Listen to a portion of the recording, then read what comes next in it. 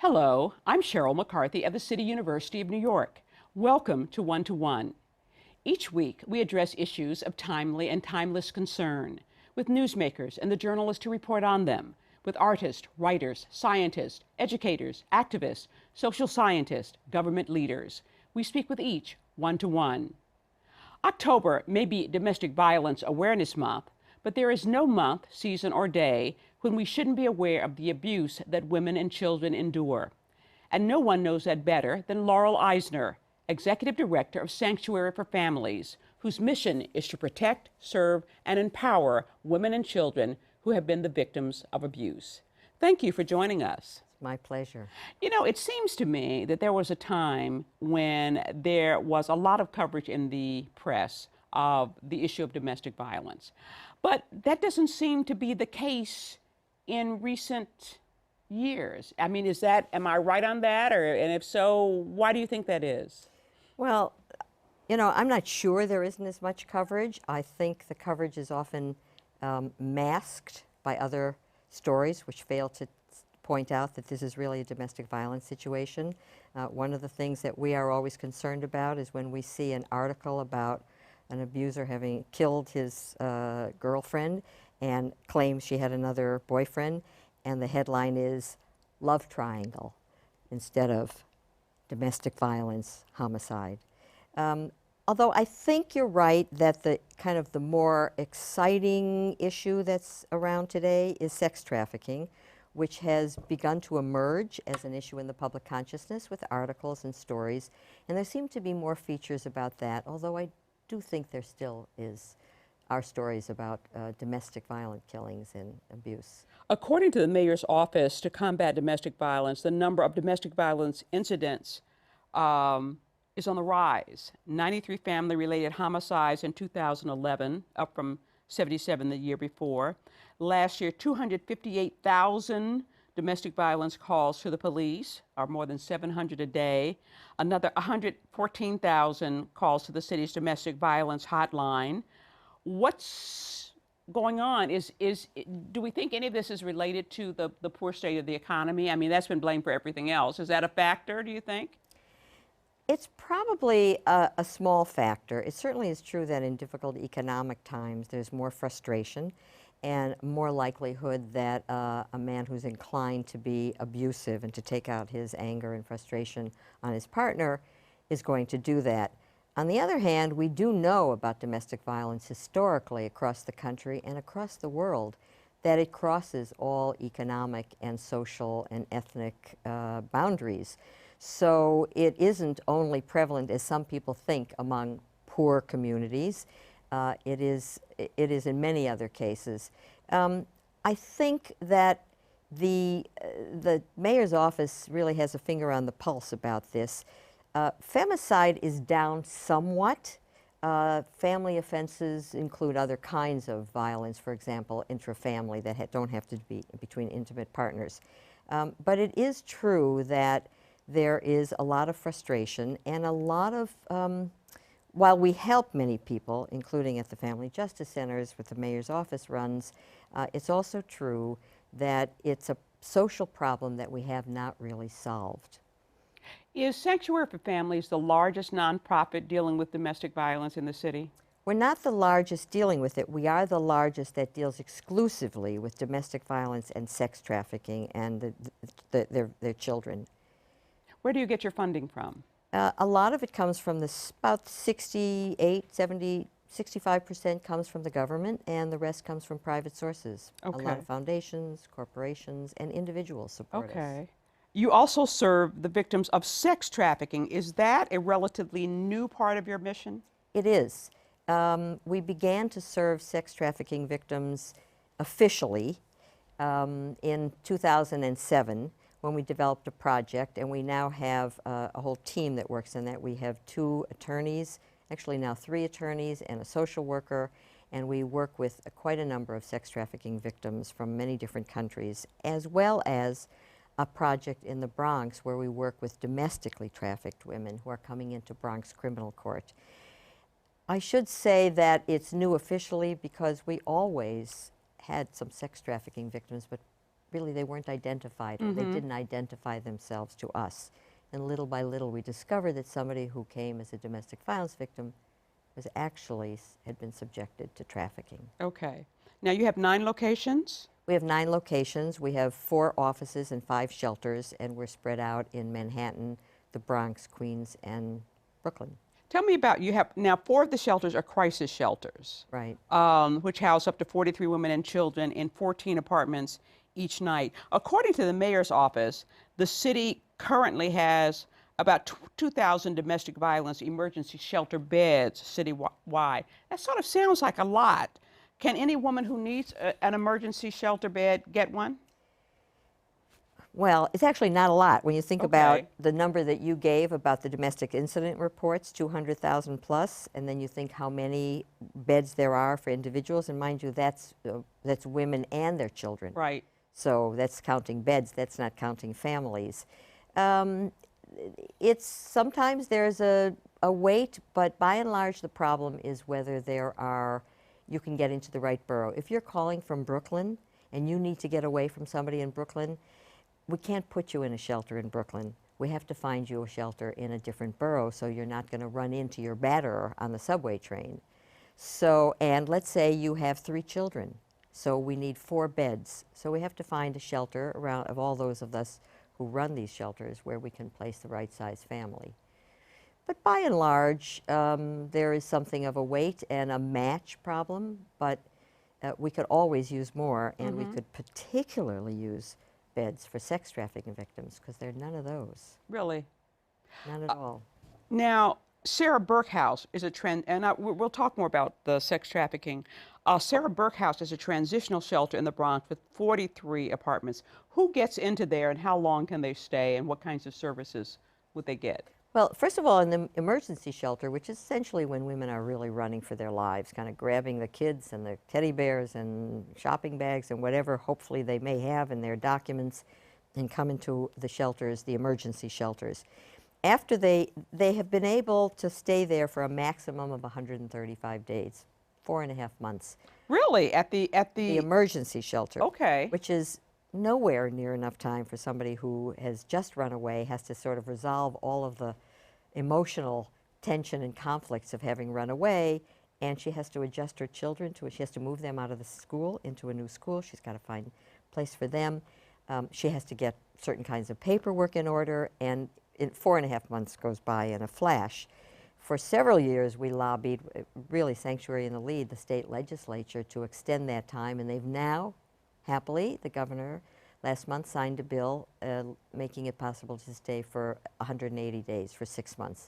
That'll start in about 5 months. It goes into effect. From there, if you're lucky, you can get into one of the transitional shelter beds, which are around the city, and there are fewer of those. The apartments? Many. They are, and Sarah Burke House is this 43 unit can hold actually 56 families, because some of the apartments hold 2 families, and they are apartments for families, and there they can stay 6 months and sometimes longer if they find it very hard to find housing. And I should say the biggest problem is that there are no longer now, since April of 2011, there are no subsidies for housing for clients leaving domestic violence shelters.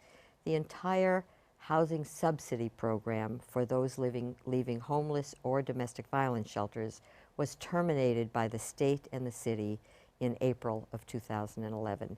And that has created an enormous problem because they have no place to go when they get out of domestic violence. Now, what's the difference between, okay, so now, whether you're at a crisis shelter or at the Sarah Burke House, you'll be able to stay 6 months. Yes. But what's the difference in the kinds of? Well, the theory of the transitional is it's the same kind of shelter, but you're past the initial trauma of having just run away. You've gotten yourself a little bit more settled, and your paperwork and your kids. Of course, you do have to move your kids again to another school. And the theory is for those who are unable to find any place to go when they're leaving the emergency shelter, the agencies like ours will advocate with Human Resources Administration to help them get into one of the transitional shelter beds. And that's how you get in. The Human Resources Administration refers people to our shelter who are leaving emergency and need to have a little more time. The services are not very different. It's just geared more in the transitional shelters to now getting you more settled in maybe a job, financial counseling, we do job training for clients so that they can get an apartment that they can pay for because there are no more What's the biggest subsidies. obstacle in getting a woman permanently out of a violent domestic situation? I mean, it's another way of asking why women stay. And the answer is that there are many reasons that they stay.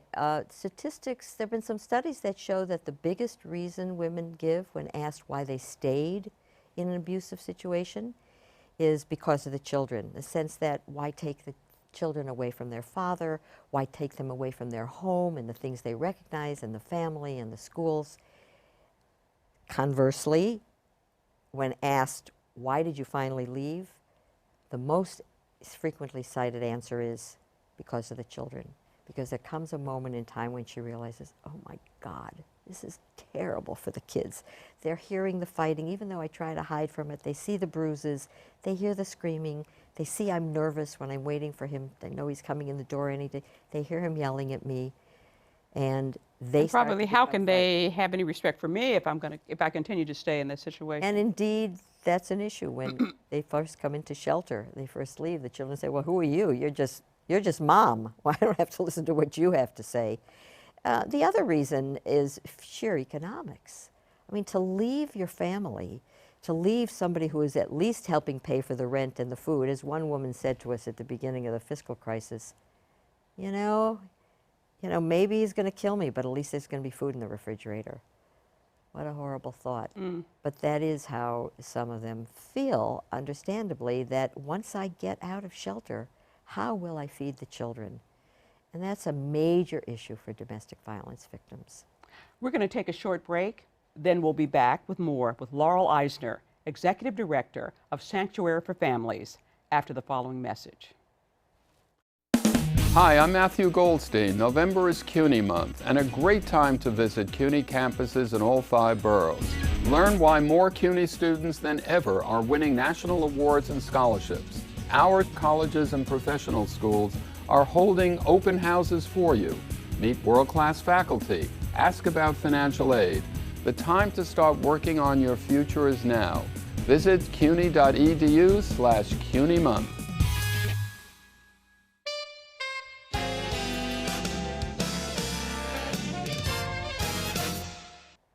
Welcome back to One to One. I'm Sheryl McCarthy of the City University of New York, and I'm talking with Laurel Eisner, Executive Director of Sanctuary for Families. How do you go about preparing these women who have often been economically dependent on a man, to make it on their own once they leave the shelter? It's probably the most important new program that we're running. We decided that sending them to job training programs wasn't working well, probably because there's never childcare there. So they have to have some place for the kids. So about a year and a half ago, we created our own on-site job training program, and we provide childcare, and we provide stipends, so they have some kind of, money just to get by during the months that they're in the program. And we do a lot of very, very serious training, not just about skills, but about the workplace, what it means to move into jobs. And our goal is to get them not into minimum wage jobs, because there are a lot out there, but they don't last and they don't get you anywhere, but to get them into jobs that are making a minimum, paying a minimum of $10, $11, $12 an hour and hopefully more. So we're teaching them Excel and Word and all kinds of verbal and vocabulary skills. We're upgrading their vocabularies, their reading skills, and their math skills, and we have lots of volunteers helping, and we are having amazing success. We found in our first year 70% got jobs. 90% graduated from the program, and 70% of them got jobs by a year and a half after they a year after they graduated. And when did this program start? It started in February of 2011. It's very exciting. I think what it's about is saying to women, all those things he said to you over the years about you being worthless, he was wrong. He was wrong. You really can do it. And stick with us. stick with the program. We will really help you move to where you need to go. And it's interesting how hungry they are for this once they get the idea that they really can get into serious work. You run something called the Immigration Intervention Project, which helps victims of domestic and gender-based violence is to formalize their immigration status. What immigrant communities are we talking about? You name it. Every immigrant community in the city of New York. There are thousands of immigrants. As we know, the city is a global city. They're from all over the world. And they come to us. We have immigration lawyers. We have 9 immigration lawyers. They're at our Manhattan office. They're in the Bronx, Queens, and Brooklyn Family Justice Centers. And they help clients with every variety of immigration remedy. There are visas for those who help in the investigation and prosecution of a crime. There are visas of those who have been married to a citizen or a legal permanent resident that are special federal remedies. There are visas for trafficking victims. There are a whole range of immigration remedies which the federal government has created over the years. And we serve quite a number of them. Sanctuary has many staff who speak different languages, so we're able to communicate with them. In the family justice centers in particular, we try to always have Spanish-speaking lawyers, and we also have lawyers who speak some of the South Asian languages and French as well. So immigration is a critical factor, and it frees them because then they can work. Now, I can understand there's something called a T visa for trafficking victims, presumably women who have been brought here, didn't know they were going to be right. Sexually trafficked, and they wind up in this sort of a sexual slave. But there are also U visas for domestic violence victims. Now, suppose you come here illegally with your husband, and you wind up being a victim of domestic violence, and you finally get away from it. Does that give you any kind of special pass towards getting regularized because you were a victim of domestic violence? Yes, you do have access to these visas if you've been a victim of domestic violence, and this is from legislation in the 90s that was created by the federal government. Senator Schumer was a major proponent and author of this. It comes out of the Violence Against Women Act, which is a major piece of federal legislation for domestic violence victims. There are many different kinds of remedies. Most of the women who come here with men who then abuse them did not come here illegally. They probably came as a partner, as a wife, but they didn't have their own status. And when they say to him, "Would you sponsor me?" he says, "You know, day I over my dead body, I'm certainly not going to sponsor you." In fact, one of the things that batterers will often do is they'll say, "If you fight me, if you resist me, if you don't do what I ask you to do, I'm going to report you to the immigration authorities because you don't have independent legal status." And that's why there are these special remedies for domestic violence victims. The U visas for those who have cooperated with the investigation or prosecution of a crime. Is there a religious component to some of the sexual violence that you see or seeing against immigrant women? I mean, say, I don't know, I don't want to necessarily pick on Muslim, but is there a sexual component to it? I wouldn't say that there's a religious issue. I think the kind of abuse we see, for example, we see particular kinds of abuse for African women. We serve quite a number of African women. Africa is one of the countries that has female genital cutting, right, which is a kind of abuse. We consider that gender violence. But that's, although it's true in African Muslim communities, it's not true in other Muslim communities, for example, in Pakistan or India. Mm-hmm. So I wouldn't say it's religious, it's kind of a tradition. Similarly, there are certain kinds of honor killing traditions in some of the Muslim countries that it's not really a Muslim. I think it's really about the culture of the country and the way in which gender discrimination, gender sense of superiority, men feeling that they are the first sex and they have a right, women are their property, the way it plays out. Do you deal with any women or girls or perhaps mothers of girls who have fled to you because their daughters were being threatened with FGM? Yes, yes. And in fact, one of the things that we have been trying to do on the federal level is get a law that prohibits people from taking their children from the United States back, say, to Africa for a quote-unquote vacation and really the purpose is for cutting. And hopefully at some point we'll get a law passed, a federal law prohibiting that, because the act itself is illegal in the United States. Yeah, yeah. I assume there's an educational component to your program that tries to teach women their rights and tries to show them that they don't have to put up with abuse. I assume that would be a the best story I can tell about this is the groups when we work with groups of women, and they sit around and they talk about their experiences, and it's a way of kind of getting a sense that, you know, you're not alone. And oh my God, it wasn't me, it was his problem, not my problem. And one of those groups, one woman listened to another woman tell her story. They were from 2 different countries. And when the second one was done, she looked at her and said, "Were you married to my husband?" I've always thought that's the perfect example. That's a moment, a light bulb goes out in your head. All those things he said to me about how bad I am, terrible wife, too fat, terrible cook, bad with the children, not nice to his mother. It was him. It wasn't me. Right. And so well, I think it's almost like, you know, it's almost like they go to a abuser school, because they have all of the same lines, you know, that they use, and it's the same motif that just, you know, they've never met each other. Right. But it seems like I know, it's quite interesting. We've done some cross-cultural workshops where the women from different countries get together and talk about what was it like to grow up as a girl in your country, and then the stories are, hello, it's not so different. So we're dealing with a worldwide phenomenon, and our job is to make them safe, to help them heal, to get them their legal rights, to help them with economics. And in getting them, to help them to heal, a lot of that is getting to understand, it wasn't my fault. Right. I really am somebody, and I can be somebody. Is New York City more progressive in dealing with domestic violence than other cities? I mean, does it offer more services to women, children, and men who are victims then? I think New York City is pretty rich in services, although there's some other places around the country. We have these one-stop shopping family justice centers in 3 boroughs, and today there was a groundbreaking. Those are the family justice centers run are by they the mayor's like? office. Are they sort of like?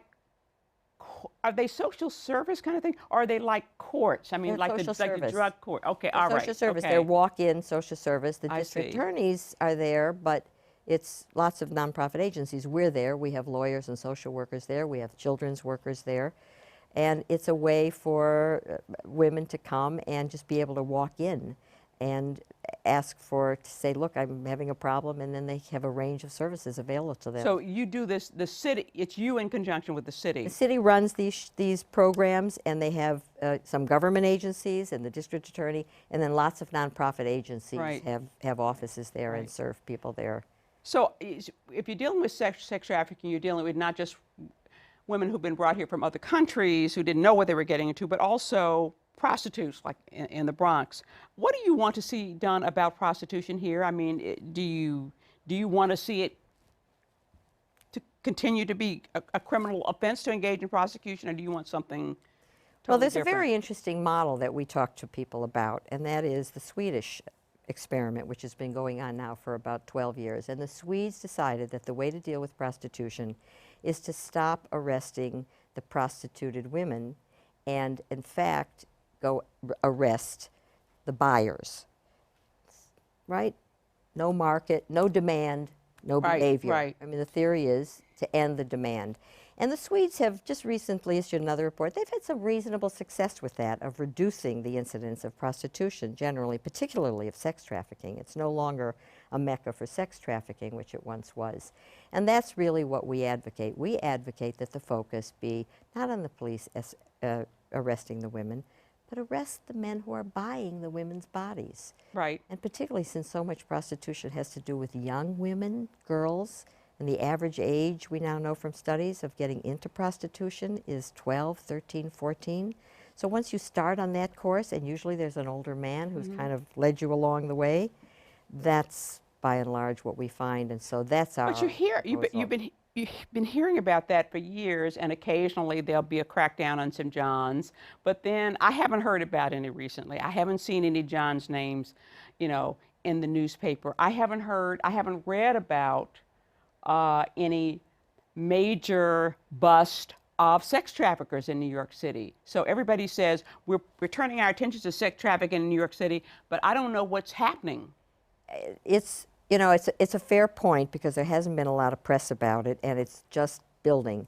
But it is true that in Queens, Manhattan, and Brooklyn, all three of those district attorneys, and to some degree I think in the Bronx, those district attorneys have begun to focus on Johns and on sex traffickers.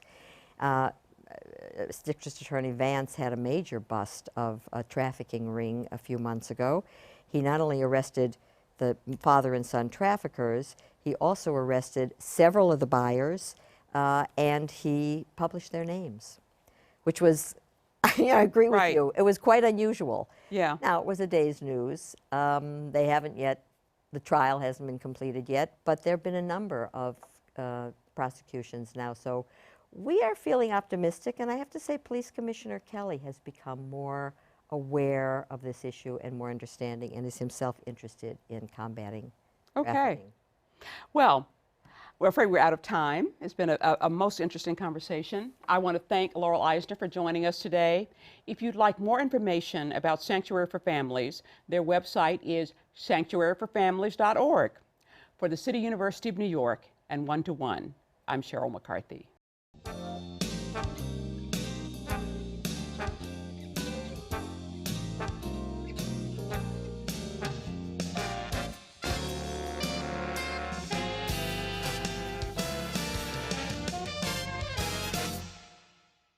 If there are any people you'd like to hear from or topics you'd like us to explore, please let us know.